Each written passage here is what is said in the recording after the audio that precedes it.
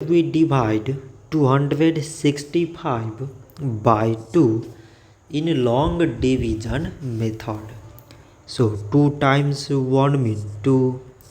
On subtracting we get 0. So now we put down the number beside this 6 and we remove this 0.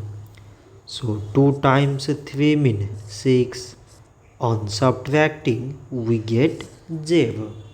So now again we put down the number beside this 5 and we remove this 0. So 2 times 2 means 4. On subtracting we get 1. So now this 1 is less than 2 and there is no other number beside. So we put here decimal so that we take 0. So now it became 10 and 2 times 5 means 10. On subtracting we get 0. So 265 divided by 2 is 132 decimal 5. So this much for today and thanks for watching.